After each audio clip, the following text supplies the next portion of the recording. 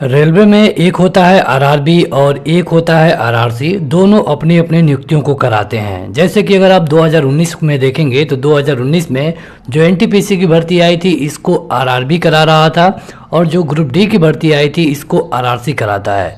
कुल मिलाकर अगर हम भारत में बात करें तो 21 आरआरबी हैं और 16 आरआरसी हैं। अब इनको बंद करने का प्रस्ताव आ गया है। यानी कि कई सारे सोशल मीडिया पे ये भी सवाल खड़े किए जा रहे हैं कि क्या अब इनके द्वारा कोई भी भर्ती नहीं होगी। तो आज के इस वीडियो में हम इन्हीं के बारे में बात करेंगे। आप वीडियो के लास्ट में अपने विचार बता सकते हैं। वीडियो शुरू करें उससे पहले इसी तरह की अपडेट के लिए वीडियो को जरूर लाइक कर दें। इस वीडियो को लाइक करने के साथ चैनल को जरूर सब्सक्राइब करें। उसके बाद बेल आइकन दबाएं, उसमें ऑल सेलेक्ट करें इसी तरह की बेहतरीन वीडियो सबसे पहले पाने के लिए।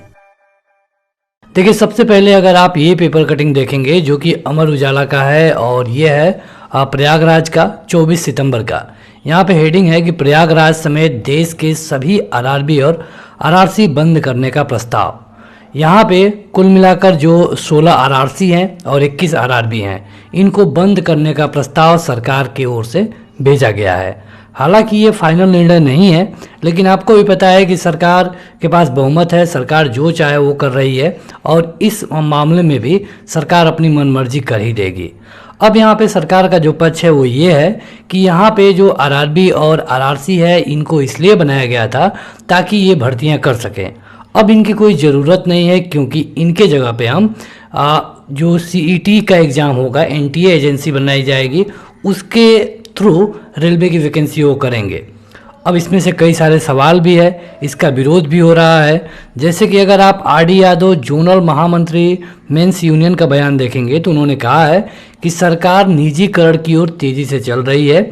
आरआरसी आरआरबी इसलिए खोले गए थे ताकि रेलवे की भर्तियों में भ्रष्टाचार ना हो। अब सरकार इन्हें बंद कर कहीं ना कहीं एक बार फिर से भ्रष्टाचार के रास्ते खोल रही है।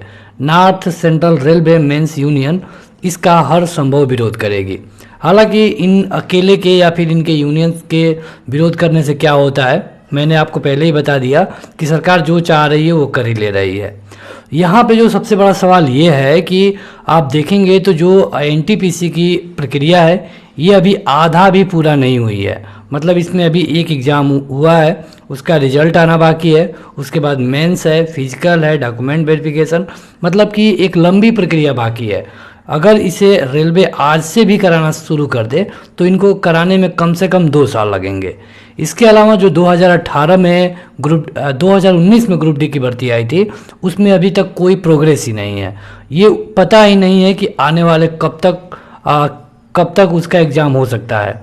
अब इस तरह के मामले में जब आरआरबी और आरआरसी को बंद कर दिया जाएगा, इसके जो सभी अधिकारी होंगे उनको साइड में कर दिया जाएगा, तो इनका काम कौन करेगा? तो क्या ये सारी भर्तियां अटक जाएंगी? सबको पता है कि जैसे उत्तर प्रदेश में चुनाव आया है तो यहाँ पे भर्तियाँ आ रही हैं, उसी तरह केंद्र में भी होगा। लेकिन 2024 आने में अभी 3 साल बाकी है। तो एक तरफ जहाँ एनटीए का गठन नहीं हुआ है, सीईटी के बारे में सारी जानकारी पूरी तरह से क्लियर नहीं आई है, कुछ भी क्लियर नहीं है, उस समय आप इसको बंद कर रहे हैं। पता चले जो पेंडिंग वैकेंसी है जैसे कि एनटीपीसी की या फिर ग्रुप डी की, वो भी सारी भर्तियां बंद हो जाएगी।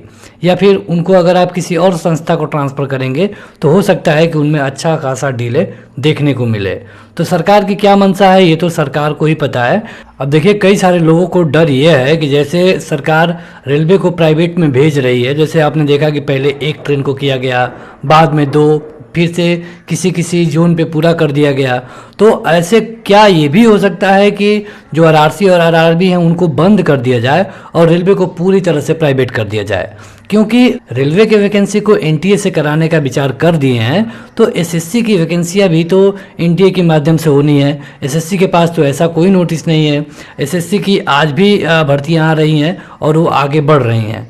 तो क्या रेलवे के साथ ही ऐसा क्यों किया जा रहा है? कहीं ना कहीं सरकार की ये मंशा तो नहीं कि इनको बंद करके अब इसे पूरी तरह से प्राइवेट कर दिया जाए। और सबको पता है कि जब रेलवे प्राइवेट हो जाएगा तो क्या होगा, कैसे भर्तियां होंगी, ये सारा जिम्मा उन प्राइवेट कंपनियों के अधीन होगा। लेकिन आप देख सकते हैं कि 1998 से आरआरबी नियुक्तियां कर रही थी अब इसको बंद करने का प्रस्ताव आ गया है। यहाँ पे जो शिवम शर्मा CPRO हैं NCR के, उनका कहना है कि अभी बोर्ड से इस तरह का एक पत्र प्राप्त हुआ है, इस पर अध्ययन चल रहा है, इसके अलावा कुछ नहीं कहा जा सकता है। हालांकि इनके हिस्से में क्या है ये तो सरकार के एक मामूली से अधिकारी होंगे। यहाँ पे देखिए, रेलवे का जो स्कूल होता था उसमें ये होता था कि उसके लोग आसानी से रेलवे में सेलेक्ट हो जाते थे, लेकिन अब इस रेलवे के स्कूल को भी बंद करने का प्रस्ताव शुरू किया गया है। सरकार का ये मंशा है कि इसको बंद कर दिया जाए या फिर इसको केंद्रीय विश्वविद्यालय संगठन को सौंप दिया जाए, या फिर अगर केंद्रीय विश्वविद्यालय संगठन इसको नहीं लेता है तो राज्य सरकार के जिम्मे इन स्कूलों को लगा दिया जाएगा। अगर यहाँ पर भी बात नहीं बनती है तो इन स्कूलों को प्राइवेट स्कूलों के तौर पे सौंप दिया जाएगा। कहने का ये मतलब है कि सरकार कह रही है कि अब हम रेलवे की भर्तियों को NTA के माध्यम से कराएंगे और उसके RRB और RRC को बंद करेंगे। जैसे कि आप इस पेपर कटिंग में देख रहे हैं, ये है हिंदुस्तान का, और यहाँ पे है कि रेलवे में 5 साल में 12,000 पद समाप्त। मतलब ये वो वाले पद हैं जिन पर अब कभी भी नियुक्तियाँ नहीं होंगी। पहले अगर आप देखें तो 2011-12 की बात करें तो वहाँ पे हर साल कुछ ना कुछ रेलवे में भर्तियाँ आती थी। इस समय 5 साल में 4 साल में भर्तियाँ आती हैं। इनके पीछे ये भी एक बड़ा मुद्दा है। यहाँ पे अगर आप देखेंगे तो कहा गया है कि आधुनिकता की पटरी पे दौड़ रही भारतीय रेलवे में गैर जरूरी पद समाप्त किए जा रहे हैं। आउटसोर्सिंग और नई तकनीकी अपनाने के चलते रेलवे ने पिछले 5 साल में 12,000 से अधिक पद समाप्त यानी कि सरेंडर कर दिया है। यानी कि साफ साफ कहें तो रेलवे भविष्य में इन पदों पर कोई भी भर्ती नहीं करेगा। तो इसका भी विरोध किया गया है यूनियन के द्वारा। और रेलवे यूनियन के महामंत्री शिव गोपाल मिश्रा ने रेलवे कार्य अध्ययन रिपोर्ट पर सवाल खड़े किए हैं। उनका कहना है कि रिपोर्ट 48 अथवा 72 घंटे में तैयार की गई है। इससे कर्मचारियों की कार्य क्षमता को नहीं नापा जा सकता। रेल मंत्रालय 15 लाख स्वीकृत पदों की अपेक्षा 12 लाख से कुछ अधिकारियों को लेकर के ट्रेनें चलवा रहा है। लगभग 4.5 लाख ठेके पर कर्मचारी हैं। तो ये है रेलवे की हाल। अगर सरकार वास्तव में नौकरी देने की इच्छुक होती, सरकार की दिलचस्पी इसमें होती कि हम अपने लोगों को नौकरी दें, तो यहाँ पे 4.5 लाख लोग ठेके पे नहीं काम कर रहे होते।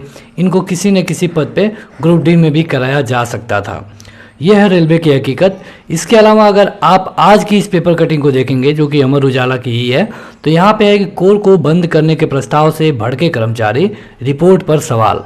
जब ये जो प्रस्ताव आया है कि RRB और RRC को बंद कर दिया जाएगा, तो जैसा कि पता है कि RRB और RRC दोनों का जो ऑफिस है मतलब इलाहाबाद जोन का इलाहाबाद में है।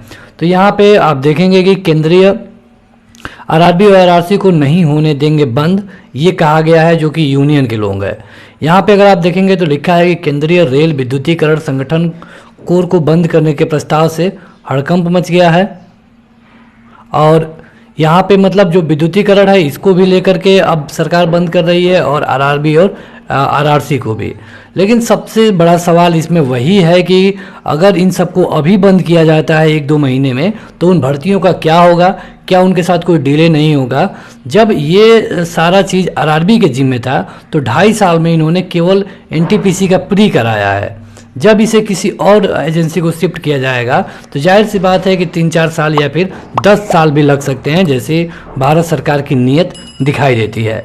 इस पर आपका क्या विचार है, आप कमेंट करके बता सकते हैं। आज के इस वीडियो में इतना ही। इसी तरह के वीडियो और अपडेट के लिए वीडियो को लाइक करें, चैनल को सब्सक्राइब करें। Thank you.